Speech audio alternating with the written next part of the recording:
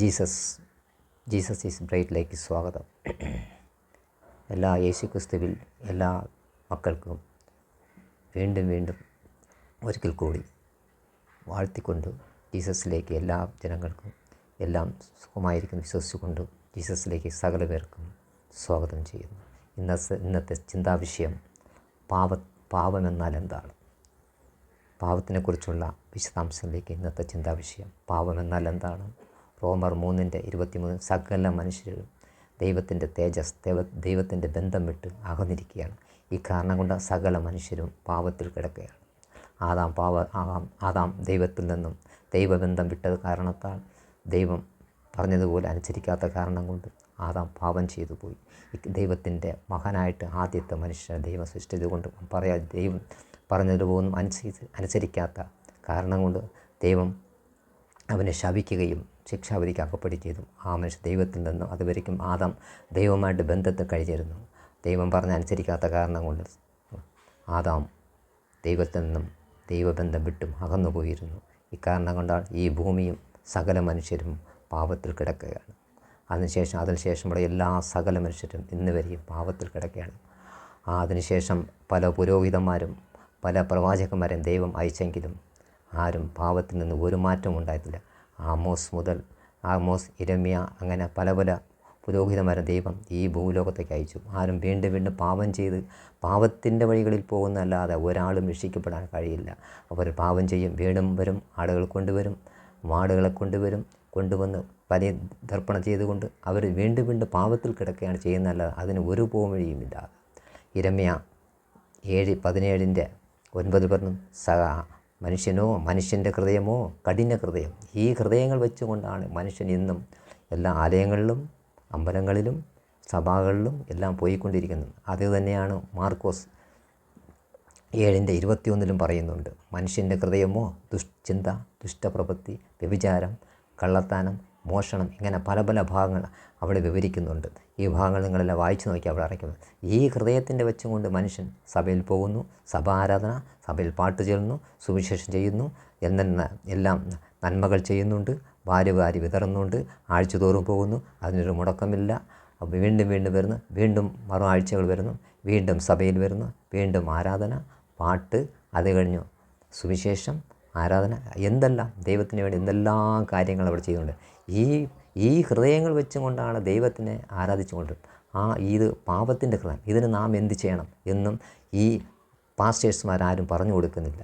പറഞ്ഞ ഒരാഴ്ചയായി, 2 ആഴ്ചയായി, മാസമായി അവർ ഓരോരോ വിഷയങ്ങൾക്ക് വേണ്ടിയാണ് ഈ സഭയിലേക്ക് വന്നുകൊണ്ടിരിക്കുന്നത്. അവരുടെ പല വിഷയത്തിൽ നമുക്ക് മനുഷ്യൻ അകപ്പെട്ട് പാപം ഇവരുടെ ഹൃദയത്തിൽ ഉള്ളത് കൊണ്ടാണ് ഇവർ പാപത്തിൽ കിടക്കുകയാണ്. പാപം ഇവർ ഹൃദയത്തിൽ ഉള്ളിടത്തോളം കാലം ഇവർക്ക് ഒരു മോചനമില്ല. അതിനുവേണ്ടി നാം എന്ത് ചെയ്യണം? ഇവർ പറഞ്ഞു കൊടുക്കാതെ വേണമെങ്കിൽ അവർ പറഞ്ഞ വെള്ളത്തിൽ കൊണ്ട് മുക്കിക്കഴിഞ്ഞാൽ സ്നാനപ്പെട്ട് കഴിഞ്ഞാൽ ഇവരിനെ അതിലേക്ക് പോയിക്കൊണ്ടിരിക്കുന്നു. വെള്ളത്തിൽ മുക്കിക്കഴിഞ്ഞാൽ ഇവരുടെ സ്വഭാവം മാറുമോ? അതെന്ത് കെമിക്കലാണോ? അതിൽ കൊണ്ട് മുക്കിയാൽ മാറാം? ഇല്ല, ഒരു ചേഞ്ചുമില്ല. അതങ്ങനെ തന്നെ ഇരിക്കുകയാണ്. ഒരാഴ്ചയായി, 2 ആഴ്ചയായി, 3 ആഴ്ചയായി, മാസങ്ങളായി, വർഷങ്ങളായി, ഒരു ചേഞ്ചുമില്ല. അവരുടെ കഷ്ടം മാറിയോ, ബുദ്ധിമുട്ട് മാറിയോ, പ്രയാസങ്ങൾ മാറിയോ, അവരെ വിഷയങ്ങൾക്ക് ഒരു മാറ്റവുമില്ല. വീണ്ടും ചർച്ചിൽ വരുന്നു, പഴയപടി അതങ്ങനെ തന്നെ ഇരിക്കുക. ഇതിന് കാരണം പാസ്റ്റർ അടുത്ത് പോകുന്നു, പാസ്റ്റർ പ്രാർത്ഥിച്ചു, വിഷയമില്ല. ഇത് പാസ്റ്റർ പ്രാർത്ഥിച്ചിട്ട് പ്രാർത്ഥിക്കാതെ കൊണ്ട് അപ്പുറത്തെ പാസ്റ്റേഴ്സിന് പോകുന്നു, അതിനപ്പുറത്തുള്ള പാസ്റ്റേഴ്സിന് പോകുന്നു, അതിന് മിടുക്കന്മാരുണ്ട്, അതിനപ്പുറത്തിലേക്ക് പോകുന്നു. എന്ത് ചെയ്യാം? ഒരു മിനിറ്റ്. കാരണം ഈ കഠിന ഹൃദയം വെച്ചുകൊണ്ട് ദൈവത്തിന് എന്ത് ചെയ്യാൻ പറ്റും? ഒന്നും ചെയ്യാൻ പറ്റില്ല. യേശയ്യ 59:1-2 പറയുന്ന പോലെ നിങ്ങൾ പ്രാർത്ഥിക്കുമ്പം എൻ്റെ കാത് മന്ദീഭവിച്ചിട്ടോ എൻ്റെ കൈ കുരുടിയിട്ടുണ്ടോ? ഇല്ല. നിങ്ങളുടെ അകൃത്യങ്ങൾ, നിങ്ങളുടെ ഹൃദയങ്ങൾ തന്നെയാണ്. നിങ്ങൾ പ്രാർത്ഥിക്കുന്നുണ്ട്, എല്ലാം ചെയ്യുന്നത് കേൾക്കുന്നുണ്ട്, എല്ലാം എൻ്റെ കൈ കുരുടിയിട്ടുണ്ടോ? ഇല്ല. പക്ഷേ എനിക്ക് ഒന്നും ചെയ്യാൻ കഴിയുന്ന, നിങ്ങൾ പാപത്തിൽ കിടക്കുന്നു. പാവം നിങ്ങളുടെ ഹൃദയത്തിരിക്കുന്നതോടെ ഇതിങ്ങനെ തന്നെ ഒന്നും ചെയ്യാൻ കഴിയുന്നില്ല. അത് തന്നെയാണ് യേശയ്യ 1:10-16 ഭാഗങ്ങൾ അവിടെ വായിക്കുന്നുണ്ട്. നിങ്ങളുടെ പാട്ട് വേണ്ട, ആരാധന വേണ്ട, കൂത്ത് എന്താണ് ദൈവം അവിടെ യേശയ്യമോദനം ഇത് വേണ്ടാത്ത എന്താണ്? കൊള്ളാതിരുത്താത്ത കൊണ്ടോ? എല്ലാ സഭയിൽ വരുന്നു, പോകുന്നു, പ്രവർത്തിക്കുന്നു, എല്ലാം ചെയ്യുന്നു, ആരാധിക്കുന്നു, എല്ലാം ചെയ്യുന്നു. പക്ഷെ നിങ്ങളുടെ ഹൃദയമോ അങ്ങനെ തന്നെ ഒരു ചേഞ്ചുമില്ല. അതിൻ്റെ 16 പറയുന്നുണ്ട്, നിങ്ങളുടെ ശുദ്ധീകരിക്കുവേൻ, നിങ്ങൾ മാനസാന്തരപ്പെടുവേ, നിങ്ങൾ വീണ്ടും കഴുകി ശുദ്ധീകരിച്ചുകൊണ്ട് എൻ്റെ വഴികൾ നടക്കുകയും നിങ്ങളുടെ മനസ്സിലെല്ലാം ആകാത്ത വഴികളെല്ലാം വിട്ടുകൊണ്ട് നടക്കുകയും എന്നോടെ കേൾക്കുന്നില്ല. എല്ലാം ഇങ്ങനെ തന്നെ ചെയ്തുകൊണ്ടിരിക്കുകയാണ്. ആ ആ, ഓ, 2 ദിനവൃത്താന്തം 7 2 ദിനവൃത്താന്തം 7 ശാലോമോൻ പ്രാർത്ഥിച്ചു കൊണ്ടിരിക്കും. എവിടെ പ്രാർത്ഥിച്ചു കൊണ്ടിരിക്കുമ്പോൾ ശാലോമോൻ ദൈവ ആലയത്തിൽ പ്രാർത്ഥിച്ചുകൊണ്ട് പുരോഹിതന്മാർ പ്രാർത്ഥിച്ചുകൊണ്ടിരിക്കുന്ന കാലഘട്ടത്തിൽ ആലയം നിന്ന് എരിയുകയാണ്. നിന്നെരിയുമ്പോൾ എല്ലാ പുരോഹിതന്മാരും ഓടി വരികയാണ്. ഓടി വന്നുകൊണ്ട് എന്താ ഇത് സംഭവിച്ചു, ഇതെന്താ സംഭവിച്ചു, അവിടെ നിങ്ങൾ വായിക്കും പറയും. എല്ലാം വന്നുകൊണ്ട് അവരെന്ത് ചെയ്യുന്നു, കൂട്ടത്തോട് വന്ന് സഭായോഗം കൂടി എല്ലാം ആരാധിച്ചു എല്ലാം ചെയ്തുകൊണ്ടിരുന്നു. കൂട്ടി 12 ദിവസം കൊണ്ട് ആരാധന സമ്പത്ത് കാലം എല്ലാം ചെയ്തു.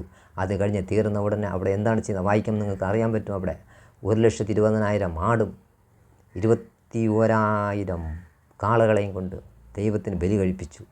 5 ആടുകൾ കൂടി ചേർന്ന 10 മാടുകൾ കൂടി എന്തായിരിക്കും, 1,21,000 ആടും 21,000 കാളകളെയും കൊണ്ട് അർപ്പിച്ച് ദൈവത്തിന് ബലി കൊടുത്തു. രാത്രി യഹോവ ശാലോമോന് പ്രത്യക്ഷനായി. ശാലോമോനെ, നിൻ്റെ പ്രാർത്ഥന ഞാൻ കേട്ടിരിക്കുന്നു. അവിടെ എന്താണ് താഴ്ഭാഗങ്ങൾ പ്രവർത്തിക്കുന്നു, നിൻ്റെ വഴികളെ ശുദ്ധീകരിച്ചുകൊണ്ട് ഞാൻ പഴിയുന്ന വഴികൾ നിങ്ങൾ നടത്തിക്കൊണ്ടിരിക്കുവിൻ. അതുകൂടാതെ ദൈവം താഴെ പറയുന്നുണ്ട്, നിൻ്റെ അപ്പൻ ദാവീദ് നടന്ന വഴികളിൽ നീ നടക്കുക. പറഞ്ഞു, ഞാൻ നിന്നെ ഈ ദേശത്ത് അനുഗ്രഹിക്കപ്പെടും, പ്രസാദിക്കും. അവൻ്റെ ഹൃദയമോ മാറാതിരിക്കുകയാണ്. ഇങ്ങനെ വെച്ചുകൊണ്ട് ഹൃദയം വെച്ചുകൊണ്ടാണ് ഇന്നത്തെ നമ്മുടെ വിശ്വാസികൾ എന്താണ് ചെയ്യുന്നത്, പള്ളിയിൽ പോകുന്നു, ആരാധിക്കുന്നു, അവർക്കൊരു വിടുതലുമില്ല. ആ വിടുതൽ കിട്ടണമെങ്കിൽ എന്ത് ചെയ്യണം, അവരുടെ ഹൃദയം മാറണം. ആ ഹൃദയം മാറാൻ നാം എന്ത് ചെയ്യണം? അതിനുവേണ്ടി പാസ്റ്റേഴ്സ് എന്താണ് ചെയ്യേണ്ടത്? ഓരോ ഭാഗങ്ങളിലും പറഞ്ഞിട്ടുണ്ട്.